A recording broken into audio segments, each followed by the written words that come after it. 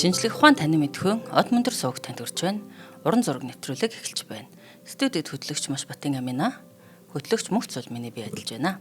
Манай нэвтрүүлэг танд YouTube-ийн од мөндөр сууг, NTV телевиз болон од мөндөр радио 83.3 107 хост төлгөөнөөр хүрч байна. Өнөөдрийн дугаарыг ургамлыг уух тулсан үр дүнтэй урайтай Хималая брендing албан ёсны дистрибьютор Захир Төмөр хувьцаат компани, таны аяллыг бид урлын урайтай A-Star аяллаа компани 2025 оны 6 сарын 25-наас 7 сарын 2-ны хооронд үргэлжлэх од мөндөртэй аялал ивент итгэж байна. За өдрийн минь Амина. Өдрийн минь. За хоёлаа нэвтрүүлгээ. Гой сэдв байна. Тийм үү, бүгд мэддэг хэрнээ маш олон нууцлагдмал зүйлтэй тий. Энэ зургын зургийн тухай цорын ганц нууцлагдмал зүйл нь түүний нэмсгэлэл биш гэдгийг өнөөдөр бид нарт ярьж өгч чинь тий. Тий ер нь одоо би сүүлд 2009 онд 2012 онд бас нэг очсон юм байна. Яг Лувр үзсэн юм байна. Тэгэхэд Мона Лизагийн тэнхэм гэж байгаа. Мэдээж бусад оргил сэрэг мандалтай үеийнхэн зургуудтай цуг байгаа. Тэгэнгүүтээ яг Лувр руу шууд оронгууд л Мона Лиза руу явах юм коридор гэ байгаа байхгүй. Тэгэл энэ тэнцүү ингээ Мона Лизагийн ингээд плакат зургуудыг ингээ тавьсан. Тэгээд сум заасан. Тэгэл тэрнийх нь маршрутын дагуу ингээ яг Мона Лиза дээр шууд очиж болдог. Тэгээд сүүлд сонсохны ер нь одоо Луврыг зорж очиж байгаа хүмүүсийн 82% орчим хувь нь зөвхөн Мона Лизаг үзэхийн тулд л очиж байгаа гэсэн судалгаа байт юм байна. Тэгэхээр сүүлд очиход болохоор яг анх ямар сэтгэл төрж исэн бэ гэсэн чинь ингээд маш жижигхэн зураг тий. Өөрө хэмжээнийхээ хувьд ч одоо энэ чинь 76.8 мег харьцан 53. Тэгээд модон дээр тосоор зурсан зураг байхгүй. Тэгээ ийм жижигхэн зургийг чинь бүгдээрээ үзгээд тэгээ хажууд нь хоёр харуул тавьсан бүх юмар ингээ хашлах хаалт яатсан. Тэгээ тэнд ерөөсөө юм зогсож тухтай нөгөө уран зургийг чинь бясалган ажиглаж үздэг тийм боломж ерөөсөө байхгүй. Зүгээр л маш олноороо дайраал тэгээ ингээд яг уран зургийг хэрвээ тустай ингээд оршихуу гэж бодох юм бол амар өрөвдөлттэй уран зураг санагдчихв. Тэгээ ингээд хинч тэр Мона Лизаг яг ойлгоё гэж бодохгүй. Тэгвэл ингээд шууд 3 минутын туршид бараг л 3 минут хүрэхгүй дээ нэг 3 секундын туршид гясал селфи хийж аваад яваал. Селфи хийж аваад яваал тий. Тэгээ тэр зураг нь өөрөө гол нөгөө хүний харааны төвшнөөс хит өндөр биш. Уг нь бол урд нь ингээд те тодорхой метрийн зайд ингээ хараа зогсгож яг таатай байхаар зориулж тавьсан боловч тэр жижигхэн зааланд олон хүн ингээд бөг нөрчгөр намхан хүн ардаас харахгүй. Яг ингээд харааныхаа төвшөнд ингээд хараад бясалгах те таашаах боломж байхгүй. Ер нь бол дийлэнх нь би Мона Лиза дээр очисон Мона Лизаг харсан гэдэг нөгөө баталгаа тий хийчил гараа явдаг юм шиг санагдсан. Бүр ерөөсө тэр нөгөө нэг Мона Лизаг хинч яг үнэндээ энэ бол нэг юм бясалгаад яг Мона Лизагийн тэр харцтай тулгараад Леонардо да Винчигийн тэр техникийг мэдрээд гэж ерөөсөө үзэхгүй байгаа байхгүй. Зүгээр нэг юм үзмэр айтай тий тийм л болчихсон. Тэрүүгээр тун харамсалтай юм. Уг нь л энэ зургийн цаана маш агуу гоё санаа, маш агуу гоё тийм мэдрэмжүүд нуугтаад байдаг. Тэгээд энэ болгоны буруутан нь хэн бэ? Яагаад ер нь ийм юм болсон бэ гэд тэгсэн чинь 1911 оноос болж байгаа байхгүй. За 1911 онд юу болсон бэ гэсэн чинь 1911 оны 8 сарын 21-ний өглөө энэ алдарт Мона Лиза гэд зураг маань хулгайлагдсан юм байна. Энэ талаар бол бид урд нь ч нэвтрүүлэг хийжсэн та бүхэн мань мэдж байгаа. Тэгэхээр Мона Лизаг яг тэр 8 сарын 21-нд хулгайлсан гэдэг ч байгаа шүү дээ. Тэгээ яг өглөө Луврын ажилчид тэр бол нэгд өдрийн өглөө байсан. Тэгээ Луврын ажилчид ингээд анх Мона Лизаг хулгайлагдсан байгааг анзаараагүй гэдэг ч байгаа. Яагаад анзаараагүй гэхээр ер нь 1911 он хүртэл Мона Лизаг Леонардо да Винчигийн одоо өөрийнх нь хамгийн хайртай байсан хамгийн агуу бүтээл гэдгийг зөвхөн урлагийн мэрэгчлэтнүүд мэддэг байсан болохоос ш. Олон нийтэд хизээч түгээгүй бусдад Луврд үлгэгдсэн байгаа үнцэнтэй олон зуун жилийн настай зургуудтай ижилхэн статустай байсан гэсэн үг.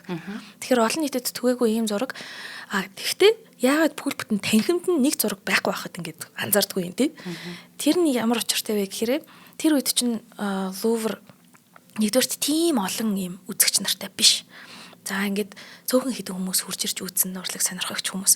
Тэгэнгүүтээ нэгд өдөр гэдэг бол хамгийн одоо үзэгчд байхгүй байдаг. Бүгд тэр ажил төрөлтөө явцдаг.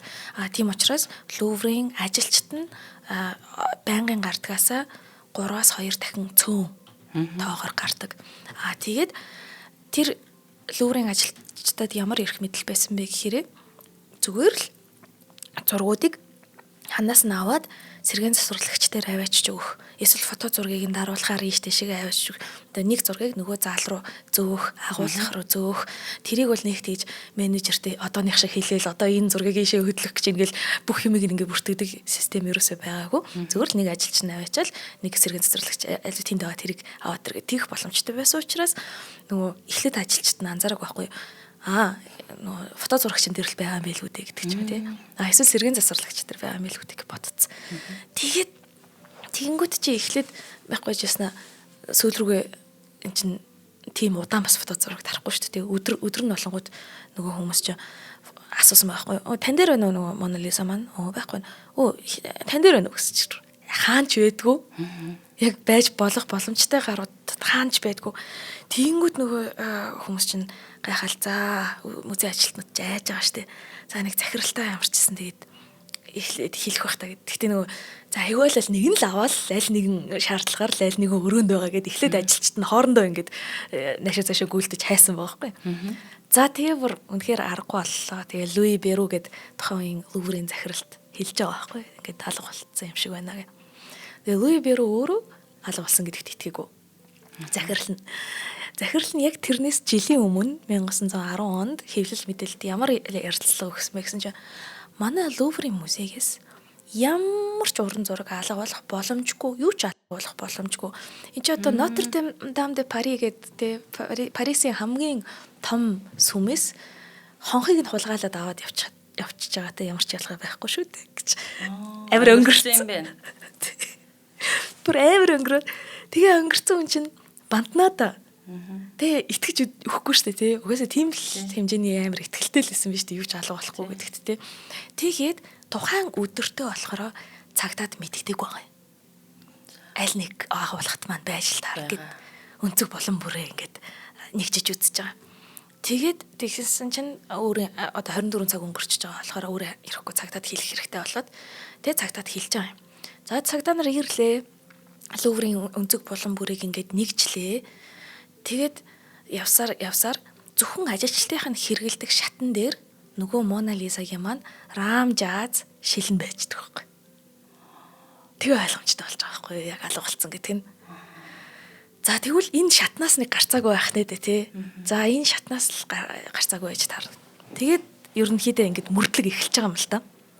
Тэгээд энэ яасан бэ гэдгсэн чинь мөрдлөг эхлэхэд цагтаа нарт мэдэгдээд нөгөө Луврын музей захиралч өнгөрцөн байгаа. Гэхдээ энэ мэдээ яаж ч утсан сонингоор тарна. Та бүхэн бодоод үзэх юм бол саяхан Монголд бид нар жүжигчин хүнийг нөгөө муу дүрт тоглолцонгууд жүжигчин гэдгийг нь мэдгүйгээр годомжинд явж байхад нь чулуугаар шийддэг байсан шүү дээ. Зүгтдэг байсан. Тий. Альва кино, хэвлэл мэдээлэл, үнэн сонин гэх мэтчлэн саяхан бидний хувьд одоо хэвлэл мэдлэлээр гарч байгаа бүх зүйл үнэн юм шиг санагддаг байсан тий. Чин ариун итгэдэг байлаа шүү дээ. Францын хувьд 1900-аад оны ихэнх үеэр яг тийм үе байсан байгаа байхгүй. Яг тэр нөгөө нэг Францын өдрийн сонин, өглөөний сонины тэр мэдээгээр гарсан бүх зүйл ингэж үнэн санагддаг. Бүр тэр нь ингээд хизээч үзэж байгаагүй тийм кино үйл явдал нь байх нь шүү дээ. Тэгээд тэгэнгүүт чи нөгөө нэг сэтгүүлч нар чи яаж зүгээр ах вэ? Мона Лиза гэд манай хэдэн зуун жилийн настай Луврын маш том ийм зураг алдагдсан байна гэд тэгэд тэр үед компьютер байхгүй тий. Хэвлэл мэдээлэлээс зөвхөн сонин байгаа. Мэдээлэл дамжуулагчаас зөвхөн телеграф байгаа. Тий цагтл ингэж бичиж болж байгаа. Тэгэнгүүт Мона Лизагийн тэр ингэж зурагных нь фото болохоор бүх сонингуудаар хэвлэгдэж гарсан буюу дэлхийн түүхэнд хамгийн анхныхаа одоо хамгийн олон удаа хэвлэгдсэн зураг болж байгаа байхгүй. Нөгөө бүх сонингууд бүх сонингууд ингээл хэвлэгээл бүр бөө юм болол тий хэвлээл үзэл энэ алга болсон байна ингэсэн байна гэл. Тэгэд нэгдүгürt арт түмэн ингээд арт түмэнд тэр сенсац маш сонирхолтой байсан. Хоёрдугаар болохоор хамгийн анх удаа тий Европын өнцөг болон бүрт тий ер нь дэлхийн нийтээрээ нэгэн зургийг хараад хоорондоо ярилцах нэг сэдвтэй болж байна гэсэн үг байхгүй. Тэгэхээр тийм учраас яг цаг үеийн тэгж таарсан учраас 1900 оны их үед эдгэр чи бүгдээрээ бүр ингээд нөгөө амар сонирхолтой санагдаад. Тэгээд сэтгүүлч нар яасан бэ гэсэн чинь янз янзын юм хувилбарууд гаргаж ирсэн байгаа юм л та. Францчууд ер нь бол Мона Лизаг өөрсдөөс нь хулгайлсныг маш тэгж улс төржүүлж айгүй эмзэг хүлээж авсан байгаа.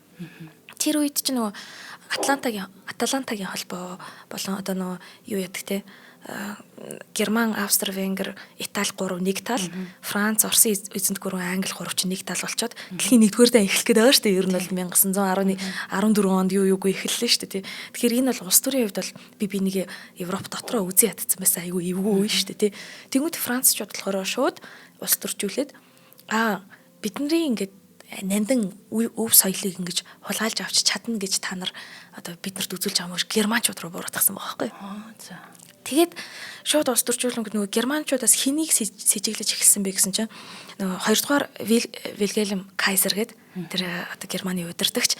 Тэгэл шууд ядж яхад яг тэр Мона Лиза хулгайлагдсан шөнө нь Вильгельм болохоор Францад байжгаад Францаас өөр улс руу явсан байхгүй. Тэгэхээр бүр сэжигтэй болоо явчихж байгаа байхгүй тий. Тэгэл шууд Вильгельм чинь газар дээр буун гот нь баривчилж авч маваал. Тэгээд нөгөө шалгаж малгаал. Тэгэнгүүтээ цагдаа нар ер нь ойлгож байгаа энэ ер нь эвгүй болоо явчлаа шүү гэдэг. Тэгэнгүүтээ шууд бомбтууд альванын газраар хүрэх бүх замуудыг ер нь Парисаас хаачж байгаа. 2-7 хоногийн туршид бомбт те хил мэл нь хаагдаж магдаал энэ ч бүр бөө юм болж байгаа юм зү те. Бүр тэгээд нөгөө бүр тэр юу яаж байгаа байхгүй зүгээр л тэр шар мэдээ тэр сонин монгот ч зүгээр ингээл бүр дуусаал те юу болж энэ Мона Лиза дээр гэл ард түмэн бүгдээрээ хоорондоо ярилцаал. Тэгээд бас нэг өөр сэтгүүлчд чинь шууд зохиож эхэлнэ шүү дээ. Тэгээд нэг өөр вариант нь болохоор Мона Лизад нэг байнгын Луврыг үздэг юм амар дурлалчихсан хүн байжээ. Тэгээд дурлсандаа болоод одоо Мона Лизаг олзолж авч яваад тэгээд Мона Лизатайгаа цуг унтдаг гэж Мона Лизагаа үнсдэг гэж Пигмалион шиг юм болгоцсон байна тий. Тэгэж мэгээд бүр тэгэж мэгж ярьж мараад тэгээд ер нь бол ингээд айгүй их тийм ус төржүүлжсэн болон одоо энэ чинь нөгөө дэлхийн хамгийн анхны юм шар мэдээ байсан гэдэг утгаараа ингэж амар олон нийтэд нэр хүнд нь тарж тэгэж ингэж явж байгаа юм л та. За ингээд тэгэнгүүт хэрвээ Мона Лизаг олчих юм бол энэ бол маш их нэр хүндтэй асуудал болох гэдэг байгаа байхгүй юу. Ингэнгүүт Францчууд тэр үед Францын Шерлок Холмс гэж хочилдог байсан. Нэг цагдаатай байсан. Альфонс Бертильон гэдэг. Тэгээ Альфонс Бертильон гэдэг тэр Францын цагдаа болохоор ер нь тэрний ингээ нээгээгүй хэрэг гэж байдаггүй мөрдөгч. Илрүүлээгүй хэрэг гэж байхгүй.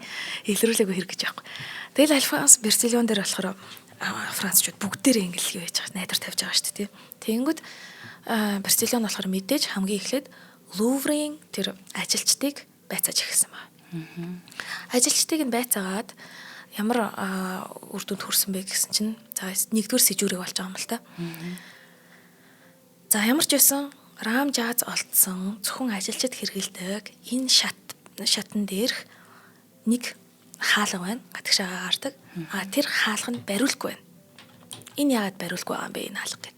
Тэгээ хайгаад ихсэн чинь нөгөө Луврын засварчин ялтчгүй хэлж байгаа байхгүй. Нэг цагаан халааттай манад ажилтгүй юм шиг урд нь харж үзэж байгаагүй нэг хүн байсан юм аа. Тэгээ айгүй өөртөө ихтгэлтэйгээр энэ хаалганы бариулж яагаад дэвтэрсэн байгаа юм бэ? Энийг онгойлгооч гэгээд намайг загинчаар би бодвол дараах зэрэгний илхүү юм бэлгүй дээ гэдэг онгойлгоод өгсөн юм аа гэд. За эхнээс ижүүр гарч ирсэн. За эхнээс ижүүр нэг цагаан халааттай ажилдаг хэсэг нь тодорхойгүй нэг хүн байсан л байх нь байна тий. За хоёрдугаарт нь болохоор тэр нэг бариулгүй хаалга байсан гэдэг байгаа шүү дээ. Ямар ч гэсэн бариулаар нь бол онгойлгоогүй. Тэгсэн чинь Луврын эргэн тойрныхыг нэгдэж агаад Луврын ойролцоох жалган дотроос тэр хаалганы бариулыг олсон байгаа байхгүй. Тэр ягаад ч тэр цагаан халааттай хүн тэр Луврын арын хаалганы бариулыг карманда хийгээд гараа явсан болж таарч тий. Тэгээд дээрээс нь рам жаз тэр шилэн ингээд олдсон байгаа даа.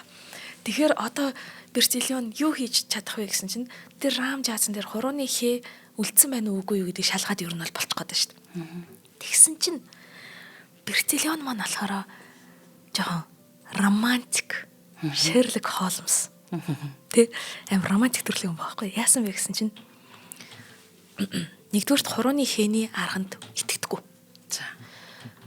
Яагаад тэр өөрөө тэрийг зохион бүтээгээгүй, өөрөө хорооны хийнээс шал өөр мөрдөлтийн арга зохион бүтээсэн байгаа. Тэр мөрдөлтийн арга нь юу вэ гэсэн чинь хүний чихний хэмжээ, өндөр нам, ясны бүтэц мөтэцгээ тиймэрхүү юмыг тэмдэглэж аваад бүртгэлд оруулах. Гэхдээ энэ ч одоо их ажил болно үстэй тий. Тэгээд тэнгууд мэдээж тэр чинь нөгөө төгс биш байгаа. Францын бүх иргэнийг ард түмнийг ажиллаж исэн бүх хүнийг тий гадаад дотоодгүй бүртгэн гэж байхгүй шүү дээ тий. Тэгэхээр тэр нь аль тийм төгс бус хөгжсөн байсан арга. Гэхдээ Бертильон болохоор зөвхөн өөрийнхөө тэр арганд итгэдэг гэсэн байхгүй. Хорооны хийнт ерөөсөө итгэдэггүй амар дургу хорооны хий ашиглах. Тийм учраас хорооны хийг огт тоож авч үзээгүй. Тэгээд яагаад романтик гэдэг аа вэ гэхээр Бертильон өөрөө өөрийнхөө одоо мөрдөгчийн тэр инстинкт зүм мөндөө итгээд юу гэж бодсон бэ гэхээр Мона Лисаг энэ бол тийм алтартай зураг биш. Гэхдээ энэ үнэтэй зураг гэдгийг хэн мэдэж болох вэ гэхээр урлагийн талаар өндөр мэдлэгтэй мэрэгчлийн хүн л энэ зургийг үнэлж авч явж таарна.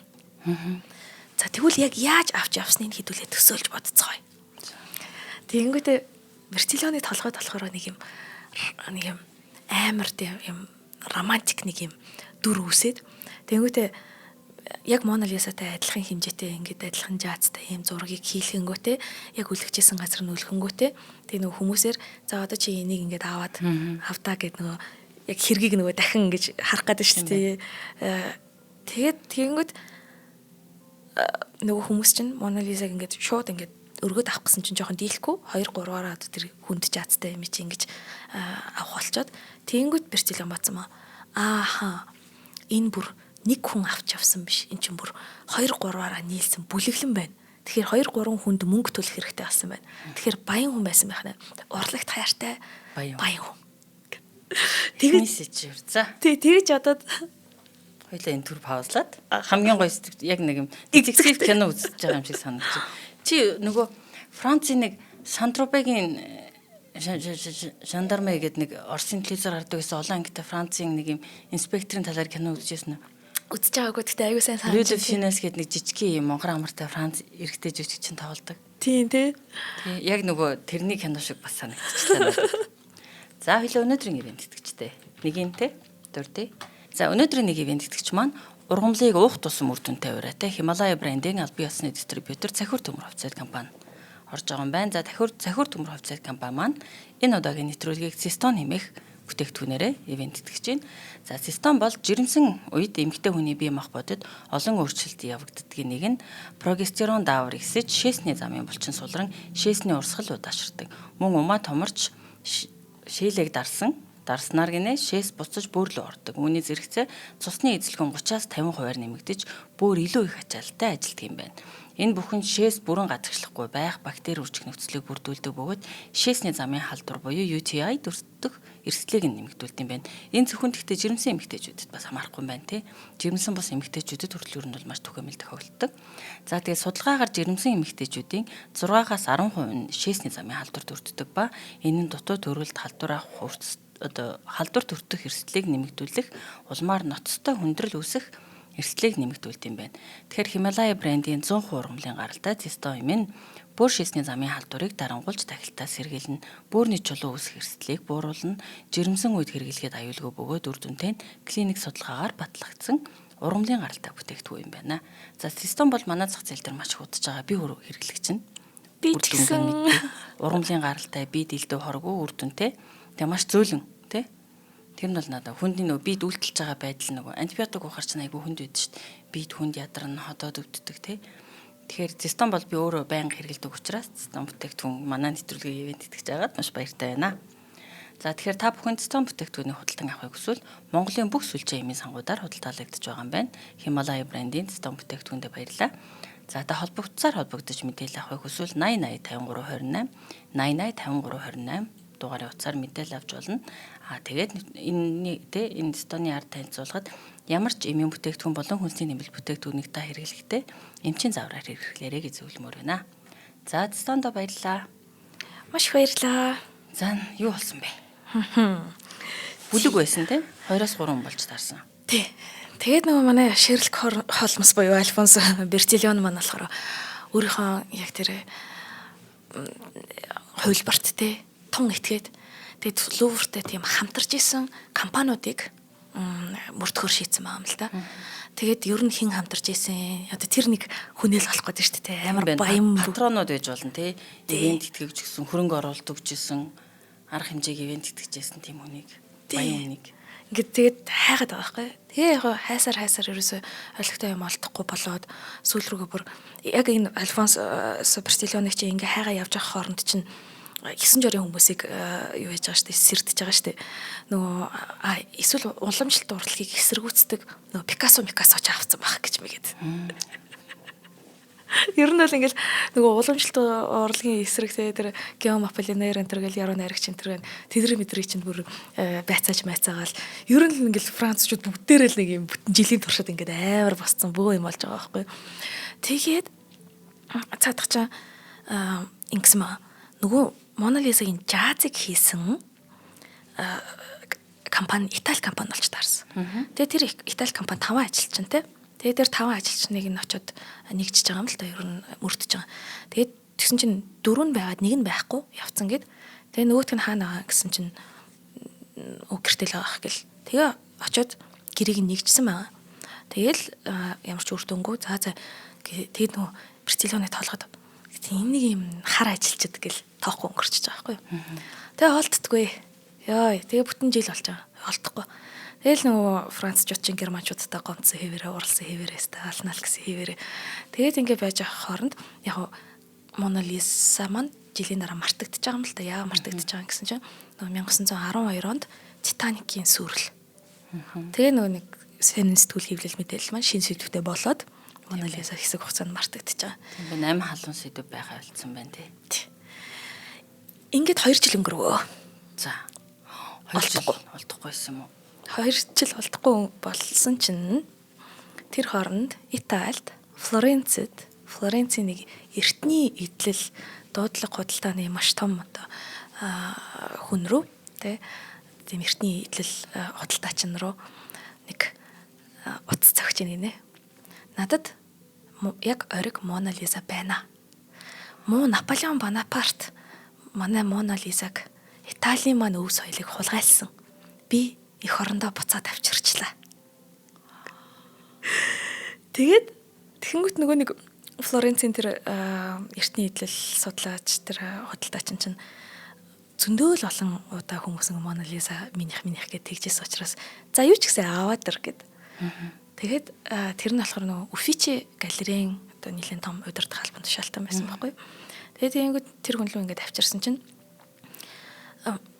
ингээд яг бас нөгөө хажуудаа экспертүүдтэй мэрэгчлэлтэн хүмүүстэй цуг ингээ харж байгаа штэ.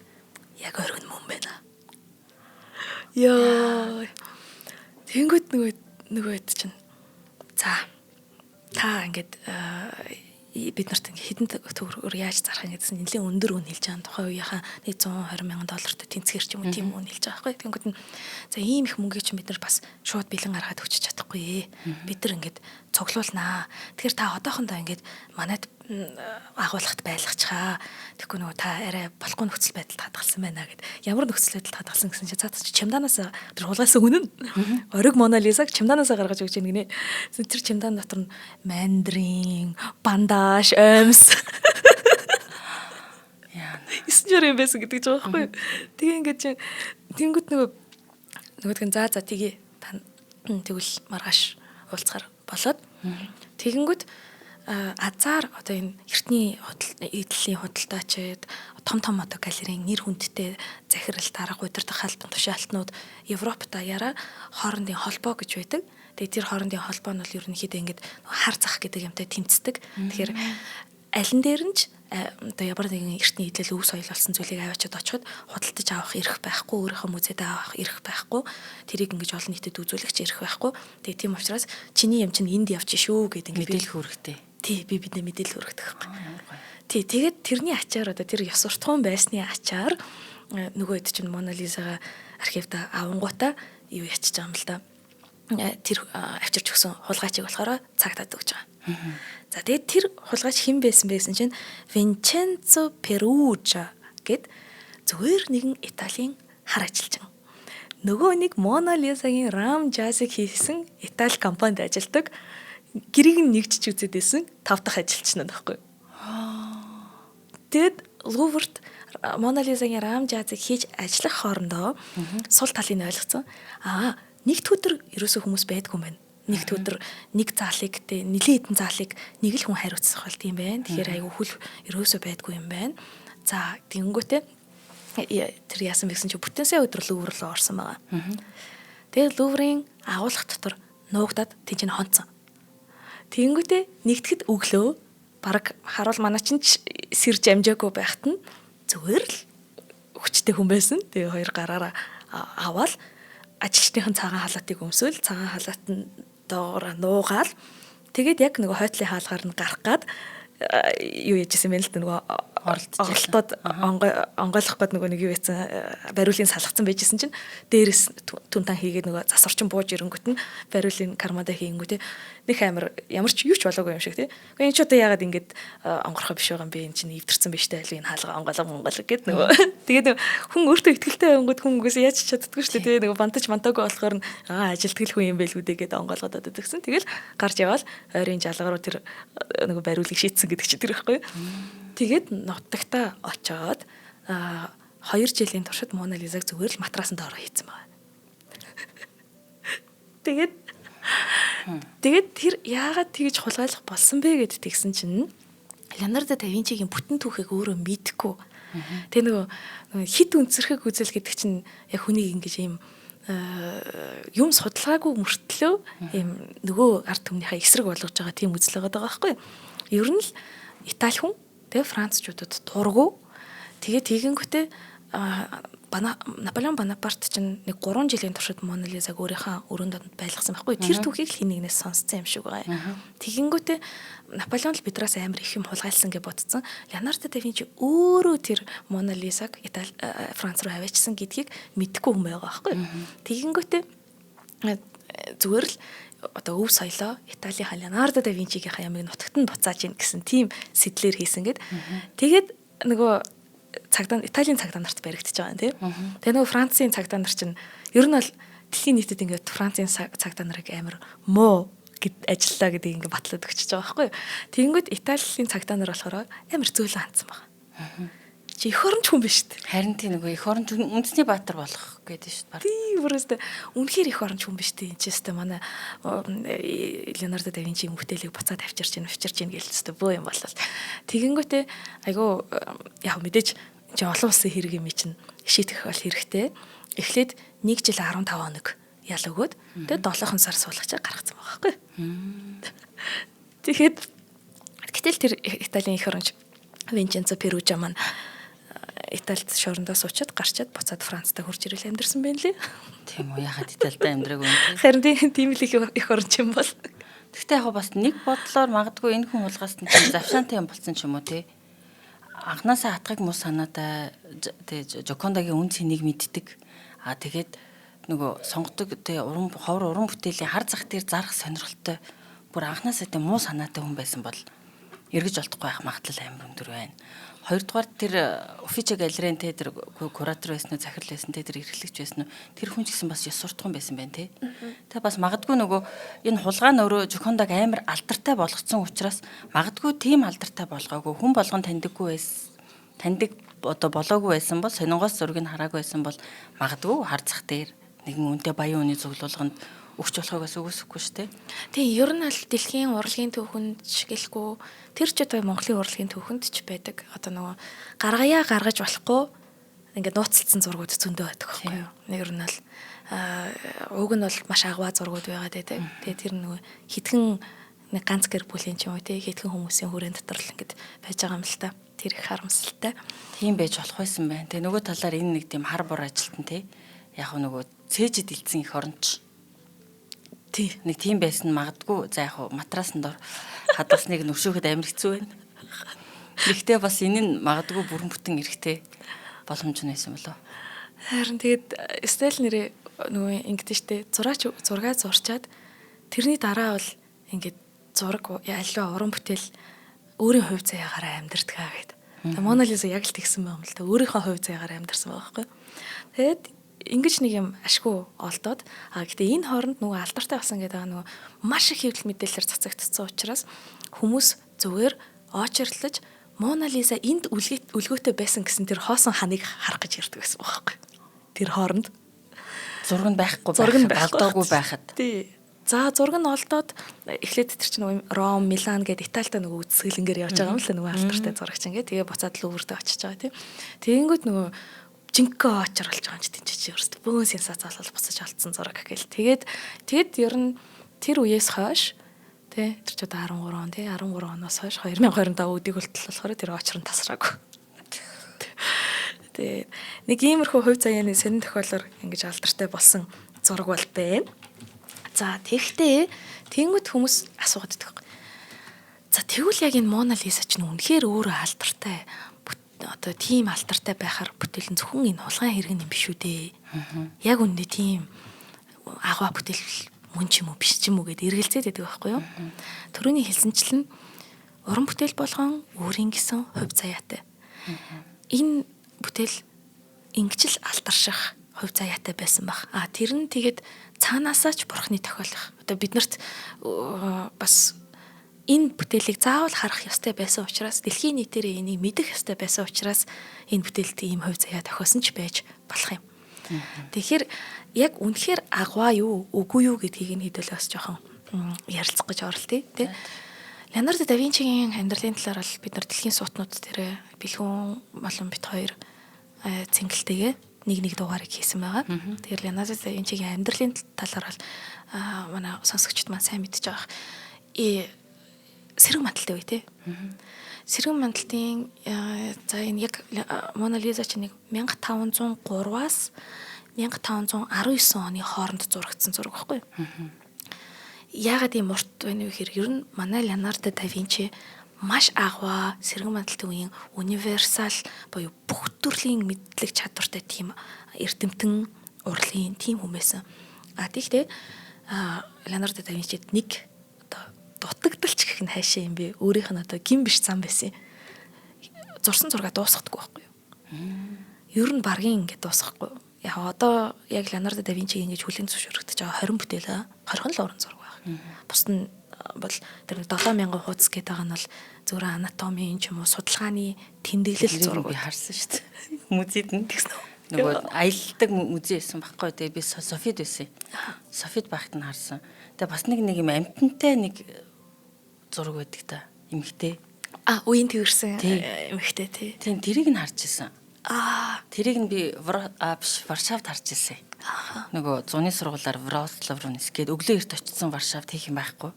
Тэгээд Google Map дээр энэ арайд юу вэ гэсэн чинь тэр зураг ирсэн байгаа гэ. Тэгээд очиж ирсэн. Ямар гоё юм бэ. Тэр аягүй үзэсгэлэнтэй зураг. Тэрэн дээр дүрслэгдсэн байгаа эмэгтэйг бас Мона Лизагийн дүр байж магадгүй гэж үздэг. Тий яг музейхаа нэрийг тэгээд нэрлэлсэн байсан. Уянтай Мона Лиза ч үлээ би тэгээ гайхаад яагаад ингэсэн юм бол тоо гэсэн. Тийм учиртай байсан юм байна. Тухайд бол н оюутан хүүхэд юу ч ойлгоогүй. Очоод харах хэрэгтэй гэж бодоод харсан. Би энийг харсан гэл. Одоогийн селфи хийж байгаа хүмүүсээс нэг ялгаагүй байсан. Тэгээ ер нь эхлээд яг тэгжил бүгдээрээ үзэж эхэлдэг шүү дээ. Тэгэхээр энэ Мона Лиза гэдэг зургийг болохоор Леонардо да Винчи ер нь тэр 20 зураг зурсан гэдэг шүү дээ. Дуусгаагүй зураг олон байгаа. Тэрнээс гадна Леонардо да Винчи ч байнгын нөгөө материал техниктэй шинжлэх ухаанч хүн юм чинь байнгын эксперимент тэр туршилтуудыг хийн зүгээр нэг юм будгандаа сэтгэл ханахгүй тийм ч учраас Леонардо да Винчигийн хамгийн алдартай сүүлчийн хороонд зог гэдэг хан дурганы зураг одоо баг ингээд нураад алга болж ин тэ яагаад вэ гэхээр өөрөө техник дээр алдаа хийсэн тэр нөгөө юм дээр тэр хан турганы зургийнхаа темпер будган дээр бол алдаа хийсэн учраас ингээд нурж байгааг Мона Лиза дээр ч гэсэн бас тийм будагтайгаа туршилт хийсэн юм шиг байна. Яагаад тэгэхээр одоо бол урдны 100 20 дугаар зуунд бол Мона Лизаг нэг Америк руу бас өөр Европын улсууд руу хэд удаа ингээд авч явж түүр үзэсгэлэн бол хийж исэн байхгүй. Одоо бол Мона Лизаг яг мэрэгчлэтнүүдийн дүгнэлт гараад ерөөсөө нэг газраас нь нөгөө газар руу авч явж агаар сольж болохгүй болсон байхгүй. Бас техникийн хувьд нөгөө будган тийм удаан олон настай байхааргүй. Тэгэхээр бүр уламл юм хайрлах хэвээр тийм болчиход байгаа юм л та. Тэгээд яг юу наав юм бэ те? Яг юу нэм сүртэй ингэж хүн амтны анхаарлыг татаад идэм бэ гэхээр за яг үннийг хэлээд анх бол би өөрөө эзэж итгэдэг байсан юм Мона Лизад. Нэг ингэж нөгөө зургийг хараад ерөөсөй ойлгомжгүй надад санагдаад байсан. Гэтэ нүн Тимэти үнтэй ерөөсөй хатагтай ч гэсэн гоё үзэсгэлэнтэй зураг. Тэгэл Тицаныч Мадонна нар байна те, Рафаэлинч Мадонна нар байна. Яг юу юм бэ гэд те. Тэгсэн чинь нэг юм нэгдүгürt би өөрөө яг очиж үзэхтэй нөгөө нэг олон хүмүүсийн дундуур чи ингээс ч зах дээр явж байгаа шиг ингээ очиж байгаа шүү дээ. Тэгэнгүүтээ яг урталтан зогсоод бид нар уртлын уяанаас нэг ингэж барьж агаад гэж жижигхэн битэн шүү дээ. Нүдэнд харагдчих. Тэг ингээ барьж агаад тэг бүр ингэж нилээ ингэж тохоогоо ингэж тохоогоороо босод хүмүүсийг ойртуулахгүй ингэж агаад тэг би ингээд 15 минут гарсан байхгүй. Бүр яг ярилцмаар санагдаад Мона Лиза те. Тэгээд тэгсэн чинь хамгийн сонирхолтой эффект нь ямар эффект байсан бэ гэхээр тэр эргэн тойрондох шууган байхгүй болцсон. Юу ч байхгүй болоод цаг хугацаа ингээд зогсоод одоо тэгээд Мона Лиза гэдэг чинь байгалийн нэг юм яг бодит юм уу гэхээр сансрын юм шиг те, ямар нэгэн ангараг гаргийн юм шиг, өөр гаргийн юм шиг юм байгаль дээр тийм цаашаага юм уусаж явж байгаа байгаль дээр нэг юм 4-3 хэлбэрээр суудсан эмхтэй өөдөөс хараад байж байгаа. Чи хаанд ч зогссон, зүүн талд нь ч зогссон, баруун талд нь ч зогссон, өөдөөс чинь харсан, өөдөөс чинь л хараад ингэж байж байгаа тий. Тэгээ яг нэг 15 минут тэр эмхтэйг тэгээ хараад ингэ зогсоход бол бүх юм тайван болсон байхгүй юу. Тэгэд тэгээ би бүр өөртөө итгээг байхгүй юу. Тэгэд гайхаад дараа нь тэгсэн чинь энэ эффектийг айгүй гоёор нэг юм Уильям Уолтер Паттер гэдэг урлаг судлаач хүн их гоёор хэлсэн байгаа юм л та. Юу гэж хэлсэн гэсэн чинь Мона Лиза гэдэг бол за эхний өгүүлбэр нь бол шаналж цөхөрсөн сэтгэлийн одоо шанарч цөхөрсөн сэтгэл нь өөрөө тий сэтгэлийн сайн сайхан руу тэмүүлэх тэмүүлэл гэсэн. Тэгээ дараагийнх нь үг нь болохоор ертөнцийн бүх туршлага нэг дор цугларч эмгтэй хүний дүрээр илэрхийлэгдсэн. Тэгэхээр энэ нөгөө амар юм энийг хинбэ гэд маргалдаад идэв штеп бүгдээрээ. Лиза Жерардини юм уу, эсвэл тэр Чичиле юм уу, Людовико Сфорцо гэдэг тэр том Миланы гүнтэнгийн юм уу, эсвэл Флоренци Медичигийн гэр бүлийн аль нэгэн гишүүнийх нь амраг бүсгүй ч юм уу. Эсвэл яг одоо бол уламжлалт байдлаар нөгөө Лиза Жерардини гэдэг Флоренцийн томоохон баян худалдаачны эхнэр гэж байгаа. Эсвэл Леонардо да Винчигийн өөрийнх нь хөрөг гэж байгаа. Эсвэл Леонардо да Винчигийн маш сайн байсан Салай гэд шавийнх нь хайртай шавийнх нь хөрөг гэдэг ч юм уу. Маш олон вариантууд бүр 10 гаруй вариантууд байгаа.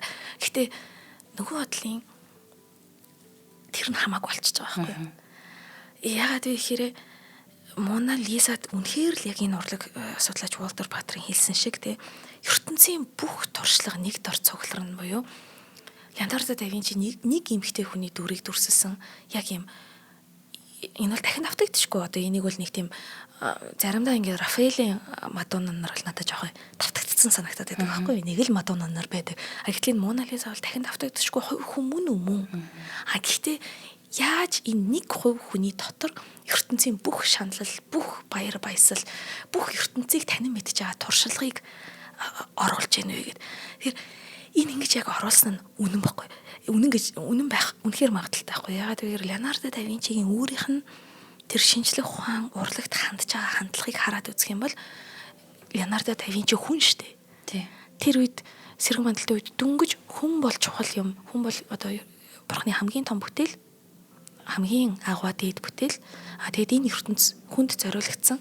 Энэ ертөнц хэмээх тэр том макрокосмос ертөнцийг танин мэдснээр хүн өөрөө өөрийнхөө жижиг микрокосмосыг танин мэднэ гэдэг тэр үзэлд авмгаалцсан антропоцентризмын үзэлд авмгаалцсан байсан.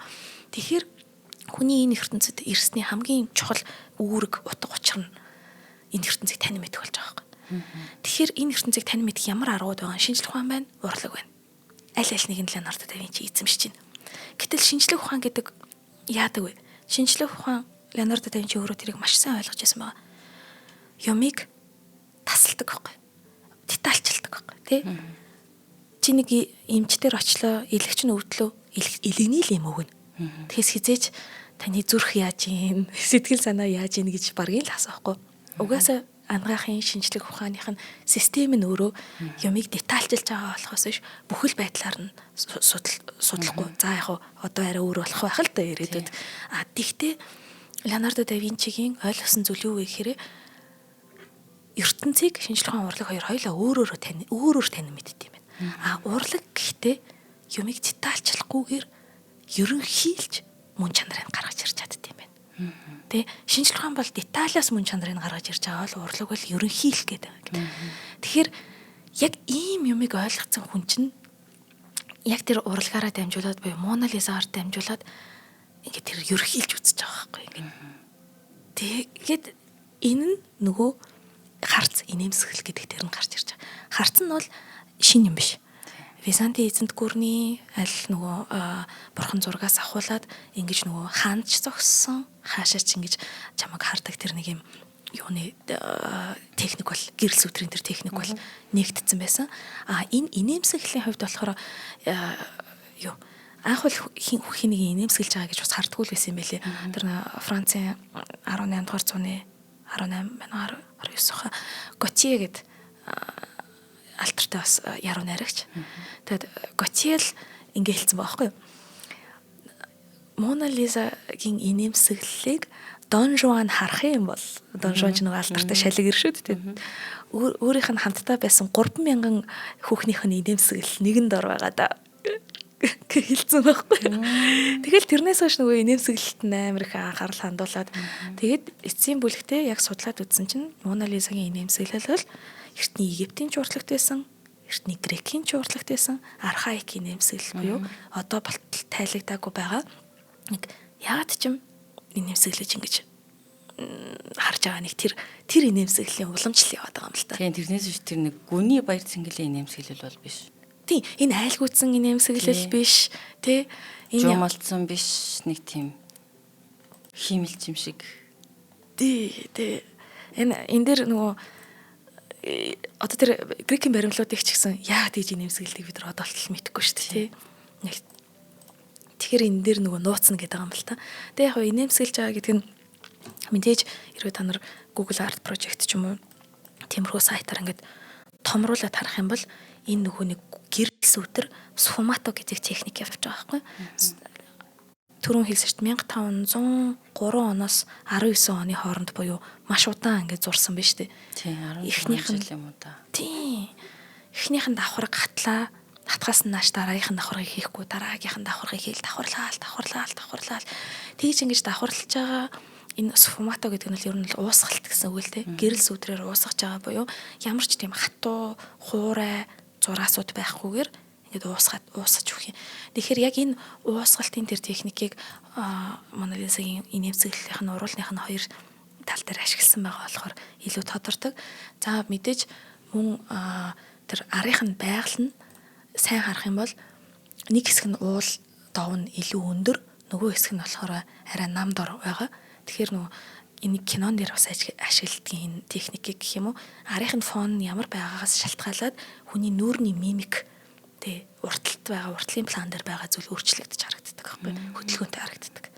Тэгэхээр бас энэ техникийг бол ашиглаж байгаа. Тэгээд яг уу техник зөндөө ярьж болно л тоо. Гэхдээ энэ дээр хамгийн гол зүйл бол төрөний хэлсэнчлэн энэ нөгөө ертөнцийн зураг болж байгаа гэдэгт л байхгүй. ертөнцийн бүх туршлагыг өөртөө хуримтлуулж биднэрт тэ одоо удаан харах юм бол өөрийгөө нээж өгөх. Тэгж ингэж биднэртэй одоо болтол яг өөрийнхөө хувь заяатай, өөрийн гэсэн амьдралтай ингэж харьцаж байгаа.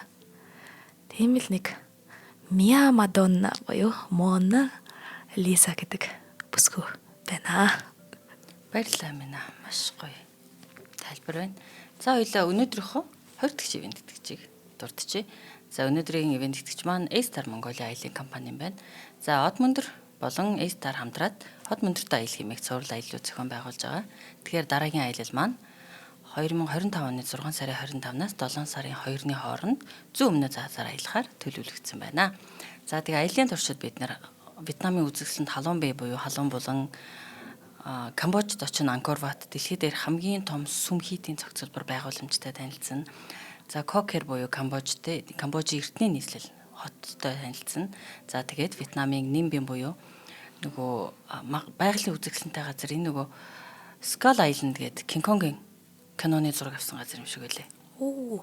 маш гайхалтай үзэсгэлэнтэй газруудаар аялах юм байгаа. Тэгэхээр энэ зөвхөн байгалийн үзэсгэлэнгээс гадна түүх соёлын өвийн гайхалтай бүтээлүүд энэ газрууд маань бүгдээрээ нэгдсэн үндэсний байгууллагын дэлхийн байгалийн болон соёлын өвд бүртгэгдсэн.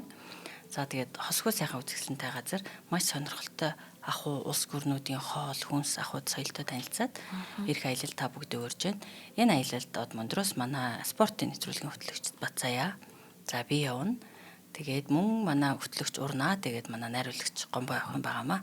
Тэгэхээр та бүгдийг Одмондртой аялалд урья. Тэгээд маш гайхалтай үзэсгэлэнтэй газруудаар хамтран аялахыг та бүхнээс хүсэж байна. За баярлалаа. Маш их баярлалаа. За ингээд Одмондор шинжилгээ ухаан танин мэдхүн суугийн уран зураг нэвтрүүлэг танд хүрлээ. Студид хөтлөгч Амина мөнгөцөл миний бие ажиллаа. Манай нэвтрүүлэг танд YouTube-ийн Одмондор сувг, NTV телевиз болон Одмондор радио 83.3 107 студионоор хүрлээ.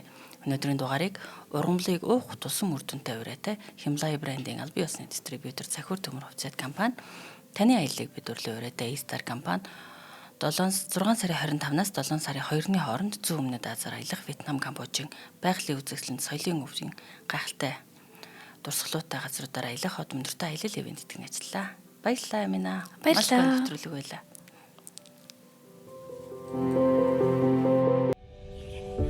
Нэвтрүүлгийг хүлээн авсан Нарны аймгийн монголчуудаа баярлалаа.